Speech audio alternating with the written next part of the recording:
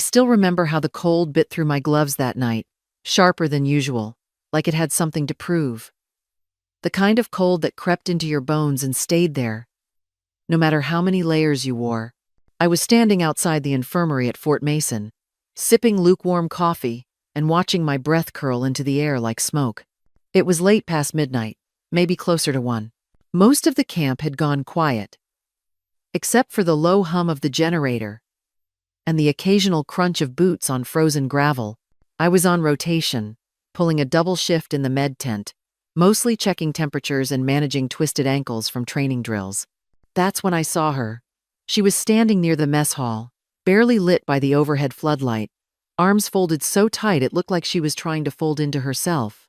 Her uniform was standard issue, but the jacket she wore was too thin for this kind of cold, maybe a size too small. I could see her shoulders tremble from 20 feet away. At first, I thought she was on punishment detail, or maybe got stuck with night watch. But then, I noticed something in the way she stood. Not defiant like most recruits trying to prove themselves.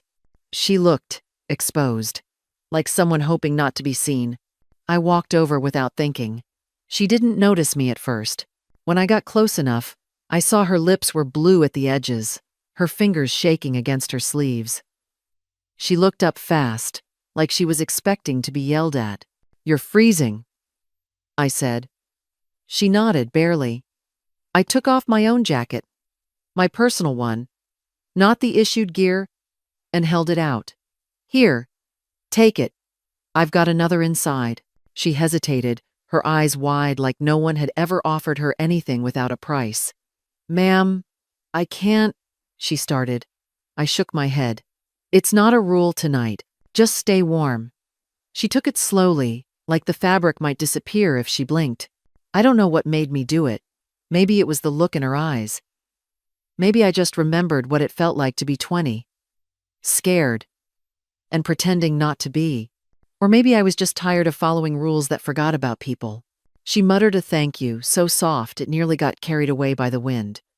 Then she disappeared into the shadows, wrapped in a jacket, far too big for her but just warm enough to matter. I stood there for a minute, feeling the chill return to my skin, wondering why that moment felt heavier than it should. Back in the infirmary, I told myself it wasn't a big deal. Just a jacket, just a gesture. But something about it stayed with me, like I'd given away more than fabric, like I'd handed over a piece of who I used to be. I didn't know her name that night. I didn't even see her face clearly. But I would. And when I did, nothing in my life, nothing in hers, would look the same again. The next morning, I almost convinced myself it hadn't happened. Maybe the cold had made me imagine it. But when I stepped into the infirmary and saw the same young woman standing in line for medical check-in, wrapped in the jacket I'd given her, everything from the night before came rushing back. She looked different in daylight. Straighter posture, eyes more guarded. But when she glanced in my direction, just for a second, something flickered, recognition maybe. And in that fleeting moment, I knew I had seen those eyes before. Not out here. Not in person. In a frame, somewhere in the hallway outside Colonel Anders' office. I couldn't recall the full picture. Just that it was old, black and white, and formal. A man in uniform, a little girl beside him, barely 10. Same eyes. Same quiet intensity. I shook off the thought. There were dozens of portraits in that corridor. Maybe I was reading into it too much. But something about her felt familiar in a way that made me uneasy. I didn't have time to dwell. 10 minutes later, I was summoned to Major Levine's office. The kind of call no one ever wants to get, right after morning rounds. I walked in, expecting to be asked about vaccine logs. Instead, I found him holding a clipboard and looking more tired than angry. "Sergeant Tanner," he said without looking up. "Did you, at any point during last night's rotation, distribute personal gear to an enlisted recruit?" I froze. "I lent a jacket," I said. It was freezing out. She was shivering. He finally looked at me. "That's not your call to make." The conversation went downhill from there. Apparently, someone had reported the exchange. Not the girl I was sure of, but someone who saw it from a distance. Maybe a night watch. Maybe a protocol hawk. Either way, the incident made its way up the chain. I wasn't written up formally, but a note went into my file. Deviation from supply policy, they called it. I left his office with a pit in my stomach. It wasn't just the reprimand. It was the way he'd said, personal gear, like I'd handed over classified intel. It was just a jacket. Mine. No one told me what to feel, but I couldn't shake the sting. It wasn't about the rule. It was about being seen as reckless for being human. For the rest of the day, I caught glimpses of the girl Anna. I'd later learn, but she didn't look my way again. She stayed quiet during drills.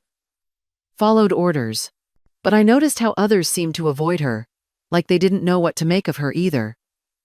There was something about her that didn't quite fit, like a piece in the wrong puzzle.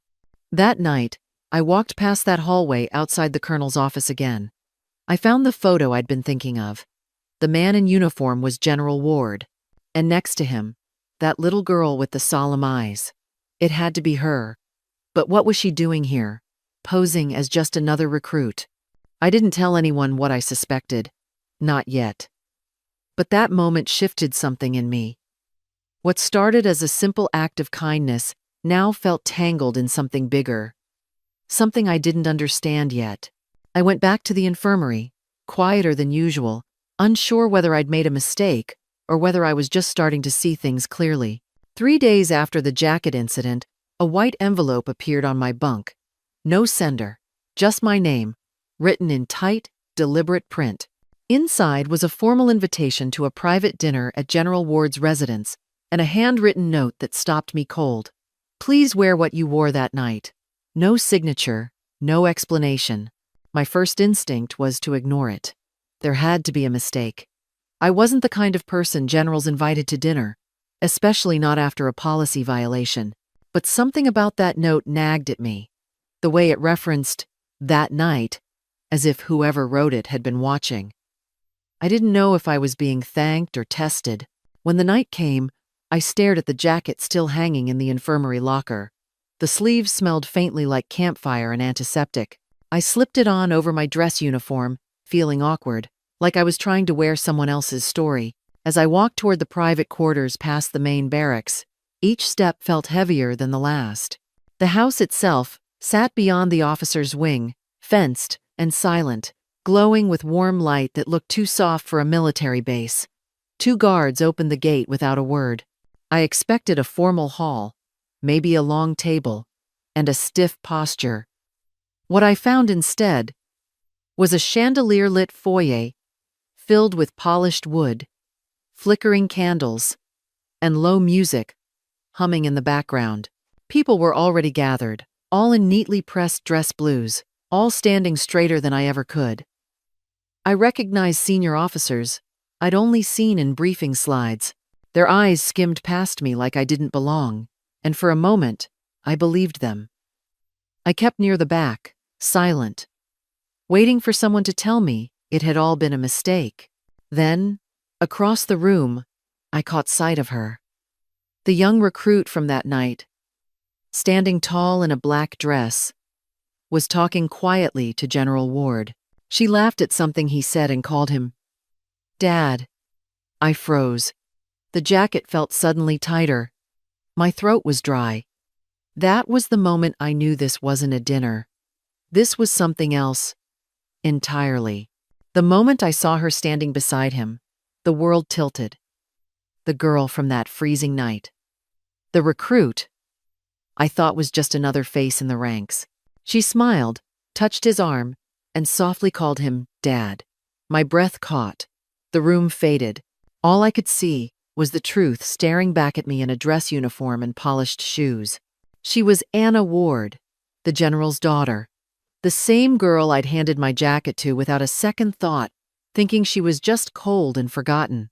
Now she stood under crystal lights, speaking to the most powerful man on base, like it was just another family gathering. I wanted to disappear.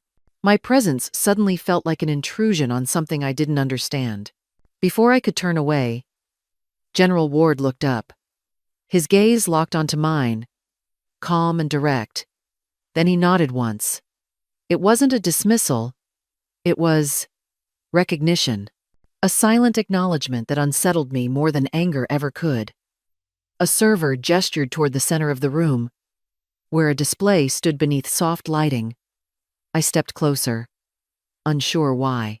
And there it was, my old jacket. Cleaned, pressed, and now framed behind glass. A brass plaque beneath it read, "For compassion beyond protocol." I felt dizzy. I didn't know whether to laugh or cry.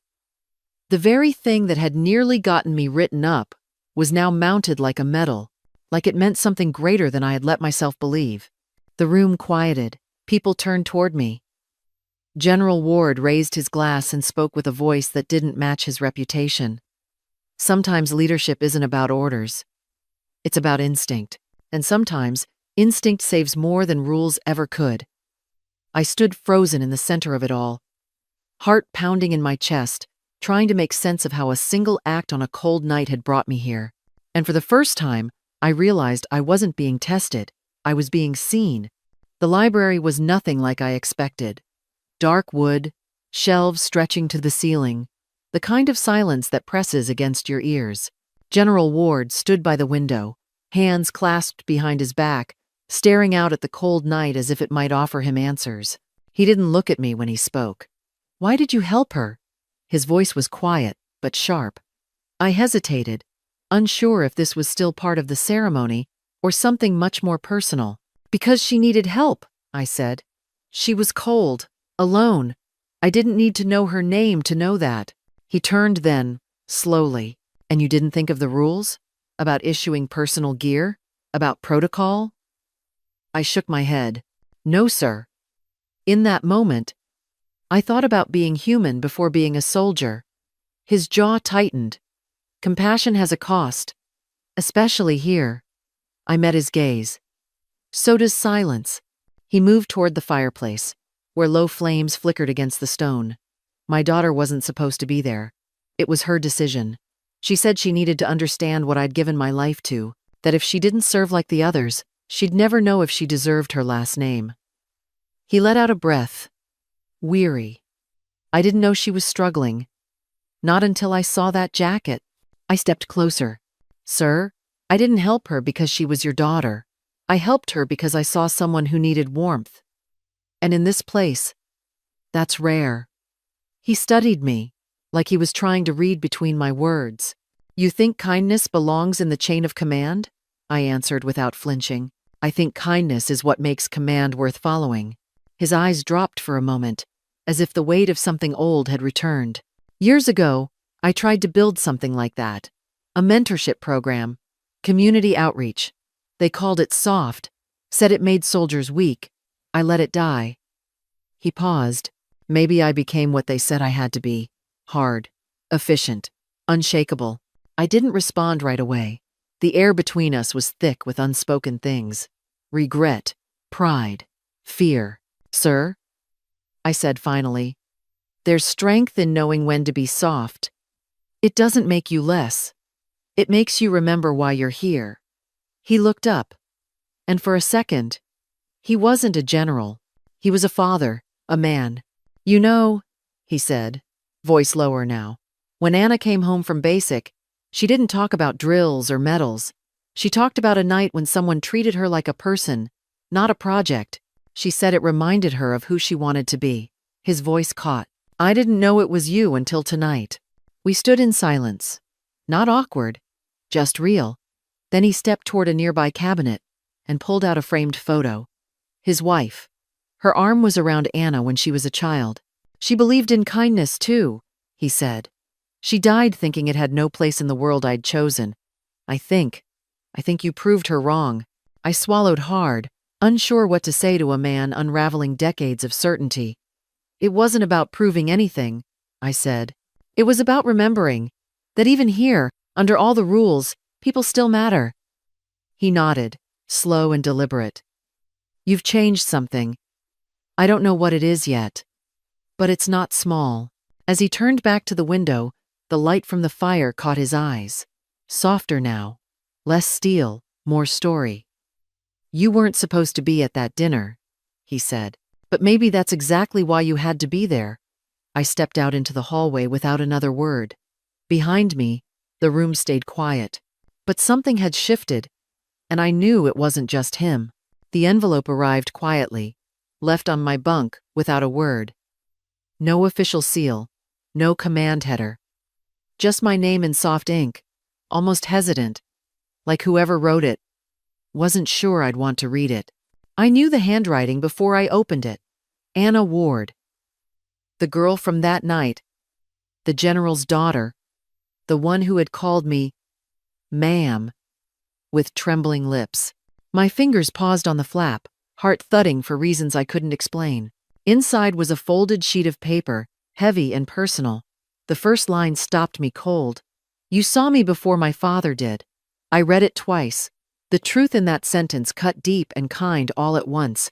She went on, telling me that night changed something in her, that the warmth of that jacket made her feel visible for the first time in months. She wrote about feeling like a shadow in a world obsessed with rank and performance. Most people saw her last name before they saw her face. But that night, I didn't hesitate. I didn't ask. I just gave. And to her, that meant everything. She thanked me not for the jacket, but for the reminder that she was still worth saving even when she didn't believe it herself. That line undid me. I sat there, the letter trembling in my hands, tears blurring the ink. It was the kind of truth you don't expect to hear from someone so young, so guarded. Tucked inside the envelope was a photo. Grainy, taken from a distance, but unmistakable. It showed the moment I draped the jacket over her shoulders. My face turned slightly, and her head bowed. A single spotlight from the mess hall made the snow glow around us like dust. Someone had been watching that night. Beneath the photo was a small velvet box.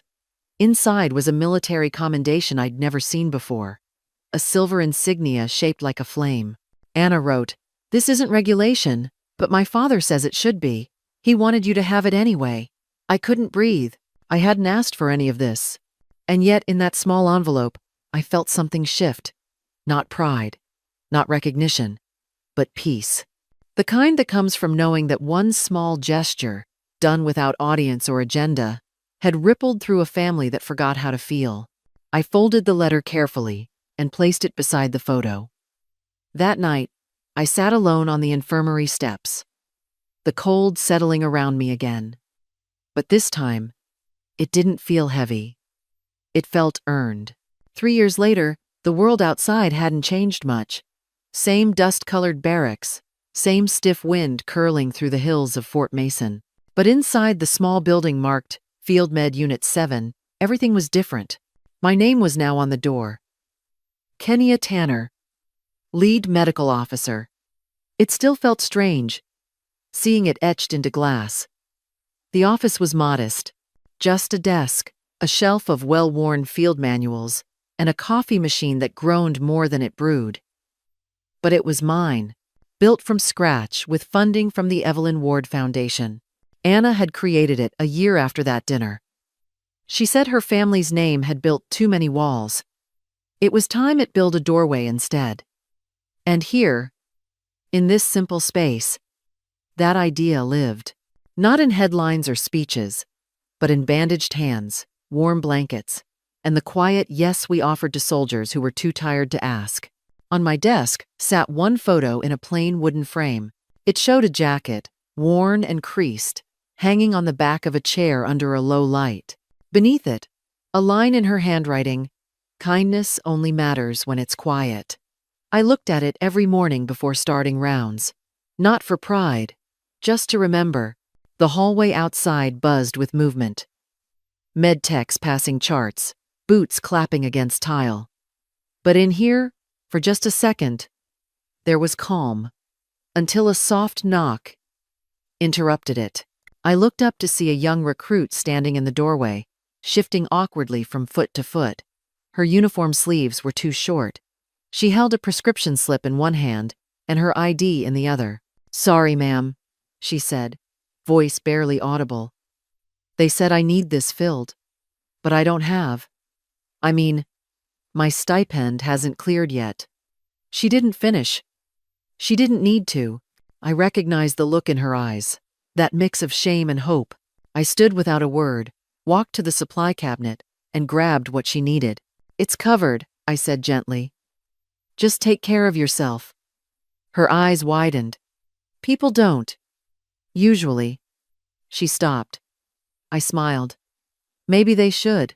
She walked out slower than she came in, like the weight had been lifted. And as the door closed behind her, I turned back to my desk. The photo of the jacket caught the afternoon light, glowing faintly in the quiet. The circle had closed, not with applause, but with one more hand held out in silence. That was enough.